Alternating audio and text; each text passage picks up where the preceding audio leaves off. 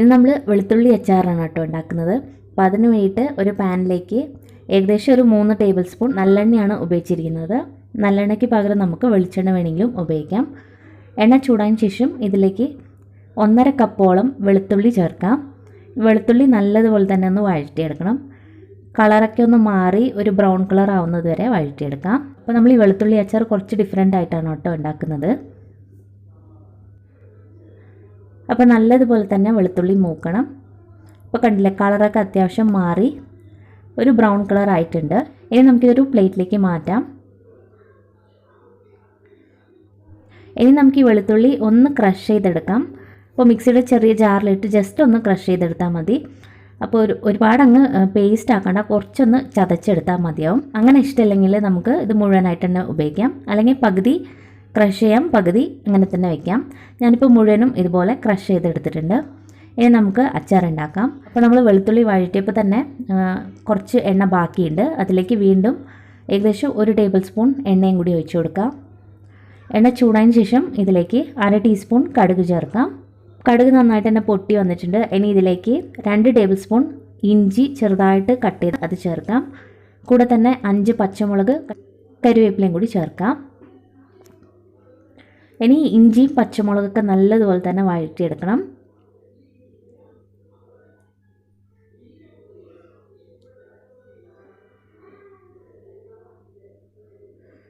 ഇഞ്ചിയും അതുപോലെ തന്നെ നല്ലതുപോലെ തന്നെ മൂപ്പിച്ചെടുക്കണം. അപ്പോൾ ഇഞ്ചിയൊക്കെ നന്നായിട്ട് വഴറ്റിയെടുത്തു. ഇനി തീ നന്നായിട്ട് കുറച്ചതിന് ശേഷം ഇതിലേക്ക് പൊടികൾ ചേർക്കാം. 1/2 ടീസ്പൂൺ മഞ്ഞൾപ്പൊടി ചേർത്തിട്ടുണ്ട്. 1 ടേബിൾ സ്പൂൺ നല്ല എരിവുള്ള മുളക് പൊടി ചേർക്കാം. പിന്നെ 2 ടേബിൾ സ്പൂൺ കാശ്മീരി മുളക് പൊടി കൂടി ചേർക്കാം. അപ്പോൾ നല്ലൊരു കളറും കിട്ടും, പാകത്തിനുള്ള എരിവും കിട്ടും. 1/2 ടീസ്പൂൺ ഉലുവ പൊടിച്ചത്, അതായത് വറുത്ത് പൊടിച്ച ഉലുവപ്പൊടിയാണ്, അത് ചേർക്കാം. കൂടെ തന്നെ 1/2 ടീസ്പൂൺ കായപ്പൊടി കൂടി ചേർക്കാം. ഇനി ഇതെല്ലാം കൂടി നന്നായിട്ടൊന്ന് വഴറ്റിയെടുക്കുക. ഈ പൊടികൾ നന്നായിട്ട് തന്നെ മൂത്ത് കിട്ടണം. അപ്പോൾ ഒന്നെങ്കിൽ നമുക്ക് തീ കുറച്ച് വെച്ചതിന് ശേഷം ഇതെല്ലാം കൂടിയിട്ട് മൂപ്പിച്ചെടുക്കാം, അല്ലെങ്കിൽ സ്റ്റൗ ഓഫാക്കിയതിന് ശേഷം പൊടികളൊക്കെ ഇട്ട് മൂപ്പിച്ചെടുത്താലും മതി. പൊടികളൊക്കെ അത്യാവശ്യം നന്നായിട്ട് മൂത്ത് വന്നതിന് ശേഷം ഇതിലേക്ക് 1/2 കപ്പോളം വിനീഗർ ചേർക്കാം. വിനീഗർ ചേർത്ത് നന്നായിട്ടൊന്ന് മിക്സ് ചെയ്തെടുക്കാം. അപ്പോൾ വെളുത്തുള്ളി അച്ചാറ് കൊണ്ട് തന്നെ ഇതിലേക്ക് നമ്മൾ വേറെ വെള്ളമൊന്നും ചേർക്കരുത്. നന്നായിട്ടൊന്ന് മിക്സ് ചെയ്ത് കൊടുക്കുക. ഇത് കുറച്ചും കൂടി കഴിയുമ്പോൾ ഒന്നും കൂടി ഒന്ന് കട്ടിയാവും. അപ്പോൾ നമ്മൾ കുറച്ചും കൂടി വിനീഗർ പിന്നീട് ചേർക്കുന്നുണ്ട്. ഈ സമയത്ത് 1/2 കപ്പ് മതിയാവും. ഇനി ഇതിലേക്ക് നമ്മൾ ചതച്ച് വെച്ചിരിക്കുന്ന വെളുത്തുള്ളിയും കൂടി ചേർക്കാം. അപ്പോൾ നിങ്ങൾക്ക് ഇങ്ങനെ ചതച്ച് ചേർക്കുന്ന ഇഷ്ടമില്ലെങ്കിൽ മുഴുവനായിട്ട് തന്നെ വെളുത്തുള്ളി ചേർക്കാവുന്നതാണ്. അതായത് ചതയ്ക്കാതെ തന്നെ ചേർക്കാം. അല്ലെങ്കിൽ പകുതി ഭാഗം ചതച്ച് ചേർക്കാം, പകുതി അങ്ങനെ തന്നെ ചേർത്താലും മതി. ഇനി ആവശ്യത്തിനുള്ള ഉപ്പും കൂടി ചേർത്ത് എല്ലാം കൂടി നന്നായിട്ടൊന്ന് മിക്സ് ചെയ്തെടുക്കുക.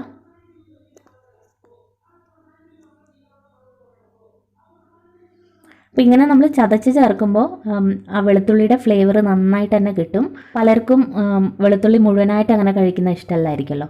അപ്പോൾ ഇങ്ങനെ നമ്മൾ ചതച്ച് ചേർക്കുമ്പോൾ ചെറിയ പീസസ് ആയിരിക്കും, അത് കഴിക്കാനും നല്ല ടേസ്റ്റ് ആയിരിക്കും.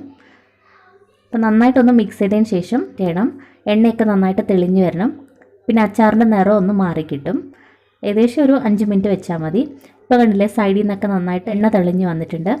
ഇതിന് മുകളിലൊക്കെ കാണാൻ പറ്റും നല്ലതുപോലെ തന്നെ എണ്ണ തെളിഞ്ഞ് വന്നു. അതുപോലെ അച്ചാറിൻ്റെ നിറവും ഒന്ന് മാറിയിട്ടുണ്ട്. അപ്പോൾ നമ്മുടെ അച്ചാർ ഇവിടെ റെഡിയാണ്.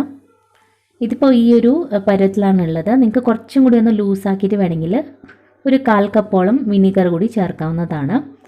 ഞാനപ്പോൾ ആദ്യം 1/2 കപ്പ് വിനീഗർ ചേർത്തിരുന്നു, പിന്നെ ഒരു 1/4 കപ്പും കൂടി ചേർത്തിരുന്നു. അപ്പോൾ നിങ്ങളത് നോക്കി ചേർക്കാം. ഇനി നമുക്ക് സ്റ്റൗ ഓഫ് ആക്കാവുന്നതാണ്. ഇത് നന്നായിട്ട് തണുത്തതിന് ശേഷം നമുക്കൊരു ബോട്ടിൽ വയ്ക്കാവുന്നതാണ്. അപ്പോൾ ഈ രീതിയിലൊന്ന് ട്രൈ ചെയ്തിട്ട് നിങ്ങളുടെ അഭിപ്രായങ്ങളൊക്കെ അറിയിക്കാം. വീഡിയോ ഇഷ്ടപ്പെട്ടാൽ ലൈക്ക് ചെയ്യാനും